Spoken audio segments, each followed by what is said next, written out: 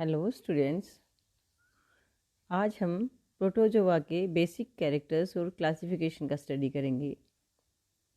सबसे पहले प्रोटोजोआ शब्द जो है दो शब्दों से मिलके बना है। फर्स्ट प्रोटोज एंड सेकंड जोन। प्रोटोज का मतलब होता है फर्स्ट और जोन का मतलब होता है एनिमल, यानी पहला प्राथमिक एनिमल। प्रोटोजोआ शब्द का प्रयोग सबसे पहले गोल्डफर्स्ट ने 1820 में किया था और ये इसको सबसे प्रिमिटिव टाइप का सबसे साधारण जंतु माना जाता है। ये यूनिसेलुलर होते हैं, माइक्रोस्कोपिक होते हैं और इस फाइलम की लगभग 30,000 स्पीशीज़ हैं। प्रोटोजोआ प्रोटिस्टा में काउंट किया जाता है। बेसिक कैरेक्टर्स अगर हम इसके देखेंगे, प्रमुख लक्षण, तो ये जंतु 001 mm से लेके 5 mm तक इनका साइज होता है और ये यूनिसेलुलर होते हैं। सेकंड, ये फ्री लिविंग भी हो सकते हैं, सिम्बायोटिक भी हो सकते हैं, कॉमन सेलेज में हो सकते हैं और पैरासिटिक भी हो सकते हैं। तो इनमें सब तरह की प्रवृत्ति पाई जाती है।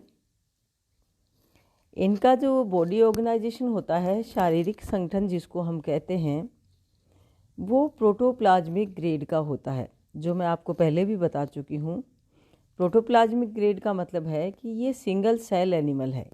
एक कोशिका ही इसके सारे कार्यों को संपन्न करती है और कोशिका का मतलब होता है कि उसका साइटोप्लाज्म प्लस उसका न्यूक्लियस मिलके उसका प्रोटोप्लाज्म बोला जाता है। तो इसके अंदर इसका पूरा जो कार्य है, सारी क्रियाओं को संपन्न करने का काम सेल ऑर्गेनेलीज, साइटोप्लाज्म और न्यूक्लियस का होता है और इसको कहा जाता है protoplasmic grade of body organization. इस संघ के जंतुओं में अगर हम पोषण देखें तो ये मुख्यतया होलोजोइक यानी प्राणियों के समान भोजन करने वाले, मृतोपजीवी, स्पोरोफिटिक जिसको सेप्रोफिटिक कहते हैं, जिसको या सेप्रोजोइक भी कह सकते हैं, यानी मृत डेड ऑर्गेनिक मैटर पर फीड करने वाले, या पैरासिटिक होते हैं, या होलोफिटिक यानी पादपों के समान। और इसका सबसे बड़ा एग्जाम्पल क्या है? यूग्लिना। पैरासिटिक परजीवी हो सकते हैं। इस संघ के जंतुओं में कोई भी टिश्यू, ऑर्गन, सिस्टम नहीं होते हैं और जीव द्रव्य स्तर का प्रयोग जो मैं अभी पहले बता चुकी हूँ क्यों, उसका बॉडी ऑर्गेनाइजेशन होता है इनमें। इस संघ के जंतुओं का अगर गमन हम देखें तो देखिए, सबसे पहला अमीबा किसके द्वारा होता है? सूडोपोडिया। सूडो मतलब आभासी, यानी एक फुट लाइक स्ट्रक्चर, उंगली नुमा प्रोसेस होते हैं जो कि उसके चलन के और उसके भोजन ग्रहण करने दोनों का काम वो करते हैं। फिर इसका आता है कशाभिका, जैसे यूग्लिना में होता है, सीलिया जैसे पैरामीशियम में होता है। तो इस तरह से कई तरह के ऑर्गेनेली इसमें पाए जाते हैं जिनके द्वारा इसका लोकोमोशन होता है। इस संघ के जंतुओं में वेक्यूल्स पाई जाती हैं और ये वेक्यूल्स इनकी फूड वेक्यूल्स होती हैं और कॉन्ट्रेक्टाइल वेक्यूल्स होती हैं। फूड वेक्यूल जो ये भोजन ग्रहण करता है उसको ये वेक्यूल के रूप में, और वो वेक्यूल जो है पूरी बॉडी में सर्कुलेट होती है और उससे उसका डाइजेशन भी होता है और सर्कुलेशन भी होता है। दूसरी इसकी होती है कॉन्ट्रेक्टाइल वेक्यूल्स। कॉन्ट्रेक्टाइल वेक्यूल संकुचनशील रसधानियाँ, यानी एक्सेस ऑफ वाटर जो होता है उसको बैलेंस करने का काम ये कॉन्ट्रेक्टाइल वेक्यूल्स करती हैं। क्योंकि ये फ्रेश वाटर मोस्टली एनिमल्स होते हैं, तो फ्रेश वाटर एनिमल्स में एंडोस्मोसिस का खतरा रहता है, अंतःपराशन का, और जिससे इनकी सेल जो होती है फूलकर बर्स्ट हो सकती है। इस संघ के जंतु एक केंद्र की हो सकते हैं या बहुकेंद्र की, जैसे ओपेलाइना होता है। इस संघ के जंतुओं में श्वसन जो होते हैं बॉडी वॉल के द्वारा, बॉडी शारीरिक सतह, बॉडी सरफेस के द्वारा होता है।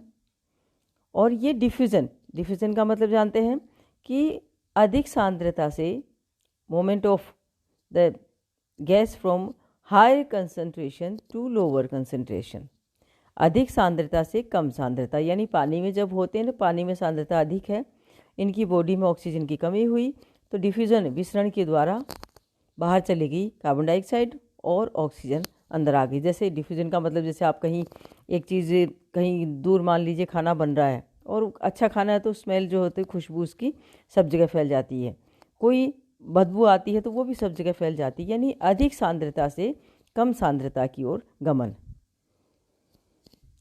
इस संघ के जंतुओं में जो रिप्रोडक्शन है एसेक्सुअल भी होता है और सेक्सुअल रिप्रोडक्शन भी होता है। एसेक्सुअल रिप्रोडक्शन की कई सारी विधियां होती हैं, जिसमें बाइनरी फिशन यानी दो भागों में सेल का बंट जाना, मल्टीपल फिशन कई भागों में, या बडिंग का मतलब जानते हो, एक कलिका निकलती है, वो कलिका जो होती है फिर एक पूरे एनिमल का रूप ले लेती है। और सेक्सुअल रिप्रोडक्शन है वो कॉन्जुगेशन के द्वारा, जिसमें मेल फीमेल गैमेट्स का कॉन्जुगेशन होता है।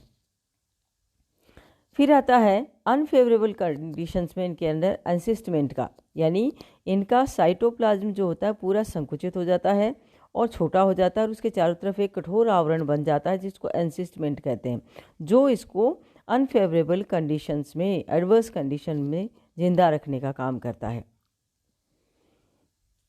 इसका शरीर जो होता है या तो नेकेड होता है जैसे अमीबा में होता है, या पेलिकल का कवरिंग जैसे इसमें यूग्लिना में पाई जाती है, पेलिकल कवरिंग पाई जाती है, और जो कि एक कठोर खोल में बंद रहता है। तो इस तरह से जो है वो आप इसके बेसिक कैरेक्टर्स देख सकते हैं। एग्जाम्पल इसका अमीबा है, एंटामीबा हिस्टोलिटिका है, यूग्लिना है, पैरामीशियम है, ओपेलाइना है, प्लाज्मोडियम है, ट्रिपेनोसोमा है, लेशमानिया है। तो ये कई सारे एग्जाम्पल्स इसके आप देख सकते हो। जैसे अमीबा है, अमीबा के बारे में आप जानते हो कि अर्थ बदलना, यानी इसकी शेप जो होती है ना वो इरेगुलर होती है, जिधर इसको स्यूडोपोडिया फॉर्मेशन करना होता है उधर इसका आकार बढ़ जाता है और बार बार इसकी शेप जो होती है चेंज होती रहती है। तो ये प्रोटोजोन्स जो होते हैं उनके अंदर सिमिट्री जो होती है, स्फेरिकल सिमिट्री भी पाई जाती है, रेडियल सिमिट्री भी होती है, और इनके अंदर जो है एसिमेट्रिकल भी होते हैं, असममितीय जैसे अमीबा है, स्फेरिकल सिमिट्री गोलीय समिति जैसे रेडियोलेरियन पाए जाते हैं, तो उनके अंदर स्फेरिकल सिमिट्री पाई जाती है। इसके अलावा ज़्यादातर ये पैरासाइट्स होते हैं। कुछ जो बताया आपको कि जिनके अंदर होलोफिटिक टाइप ऑफ न्यूट्रिशन जो पाया जाता है, पादपों के समान भोजन करने वाले, जिसमें मैंने आपको एग्जाम्पल बताया यूग्लिना को link between plants and animals भी कहा जाता है, कड़ी कहा जाता है, क्योंकि यूग्लिना जब सनलाइट में होता है, बाहर होता है, तो ये पादपों के समान भोजन करता है, फोटोसिंथेसिस की क्रिया इसमें होती है। और जब ये जिसको अंधेरे में रख दिया जाता है तो इसका क्लोरोफिल गायब हो जाता है और ये एक तरह का सेप्रोफिटिक नेचर इसका हो जाता है, यानी मृतोपजीवी, डेड ऑर्गेनिक मैटर पर ये जिंदा रहता है। तो इस तरह से इसको जो है वो मृत कार्बनिक पदार्थों पे भी जिंदा रहता है, और ये यानी प्राणियों के समान भी, और ये जो है वो पादपों के समान भी भोजन करता है। तो इस तरह से बहुत से इसमें पैरासाइट्स होते हैं, जिसमें एंटाबिया कोलाई जो कि कॉलन में पाई जाती है। इसके अलावा ट्रिपेनोसोमा जो होता है वो ब्लड में पाए जाने वाला पैरासाइट है।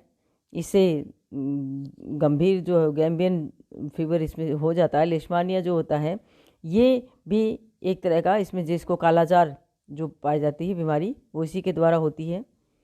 प्लाज्मोडियम आप सब लोगों ने सुना ही है, प्लाज्मोडियम जो एक तरह का जिससे ये तो होती है मलेरिया होती है। इसका क्लासिफिकेशन जिसमें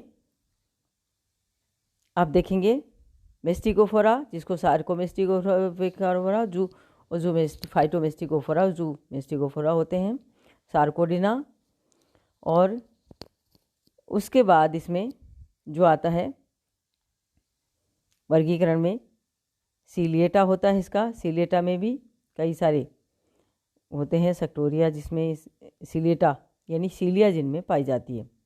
तो इसका क्लासिफिकेशन जो है वो नेक्स्ट टर्न पे हम करेंगे। Thank you.